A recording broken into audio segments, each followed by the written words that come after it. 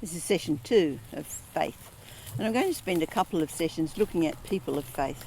The first one's Abraham. Now, Abraham came from Ur, which is at the mouth of the Tigris and Euphrates River, modern-day Iraq. He was a descendant of Noah, and so his father Terah took him and his wife Sarah and his nephew, Abraham's nephew, Terah's grandson Lot, and they lived there, and they were heading for Canaan, it says. It doesn't say why. They got as far as Haran, which is southern Turkey, and that's where they stayed for quite a while. And it wasn't until Terah died that Abraham picked up everything, all his possessions and family, and headed for Canaan.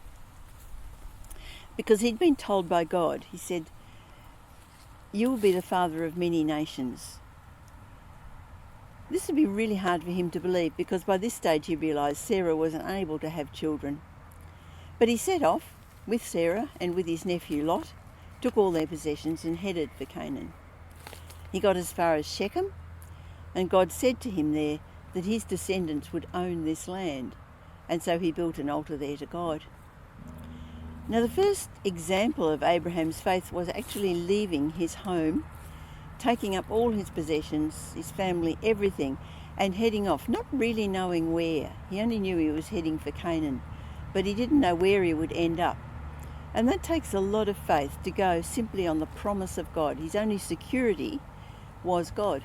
He left the security of the known into the insecurity of the unknown, simply trusting God. Then God later came to Abraham in a vision. Abraham was complaining that he had no children as an heir, and God said to him, "A son coming from your own body will be your heir." That's Genesis 15:4. And it says, Abraham believed the Lord, and it was credited to him as righteousness. Now, it was a great act of faith on Abraham's part to believe, because it seemed it was a physically impossible thing to happen. It's to believe the promise despite the circumstances. And it says it was seen by God as righteousness. Now, righteousness is being right with God. It was having the faith that put Abraham in right relationship with God. It was also at that same time that God made a covenant with Abraham that the land would belong to his descendants in 4 generations' time. Now, a lot happens in the story after that, including Sarah's plan to give Abraham a son via her slave girl Hagar, and she bore a son that they called Ishmael. But God had promised a son through Sarah, and in time he fulfilled that promise. It tells us that Abraham was 100 years old when Isaac was born. And his next great test of faith was he was asked to go and sacrifice his son Isaac, his only son, and the heir through whom the promise of being a father of many nations would come.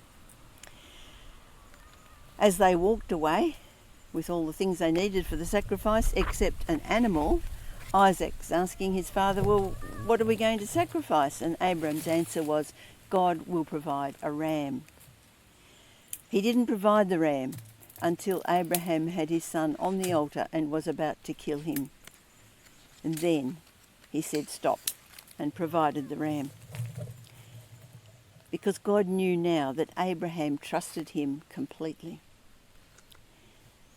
There's another act of faith which might just pass through our mind as a bit of an off-the-cuff statement. In Genesis 21:33, Abraham planted a tamarisk tree in Beersheba.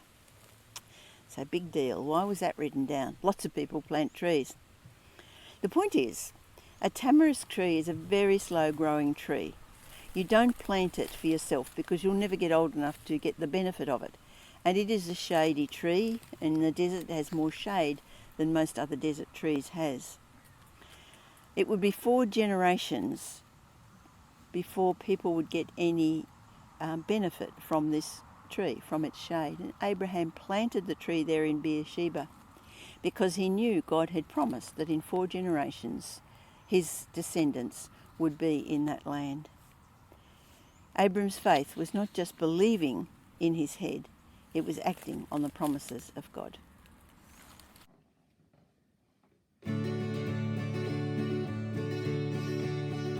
From the ring of the dawn the setting of the sun. I will stand on every promise of your word. Words of power, strong to say, that will never pass away. I will stand on every promise of your word.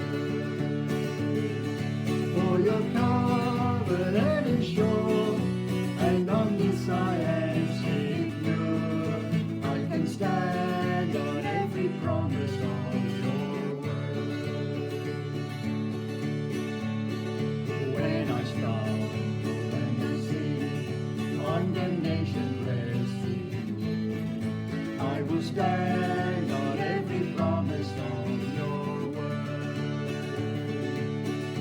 You are faithful to forgive, that in freedom I might live. So I stand on every promise of your word. If your innocence restored, you remember sin no more. So I'll stand on every promise of your word. When I'm faced with anguish choice, I will listen for your voice, and I'll stand on every promise of your word. Through this dark and cold land, you will guide me with your hand, as I stand on every promise of your word. And you promise to complete every work begun in me, so I'll stand on every promise of your word.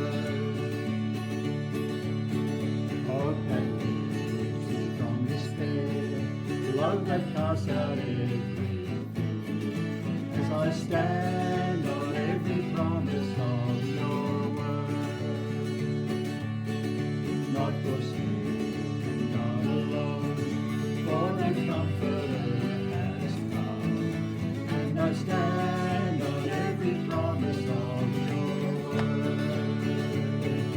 Grace sufficient, grace for me, grace for all who will believe. We will stand on every promise of your word. Grace sufficient, grace for me, grace for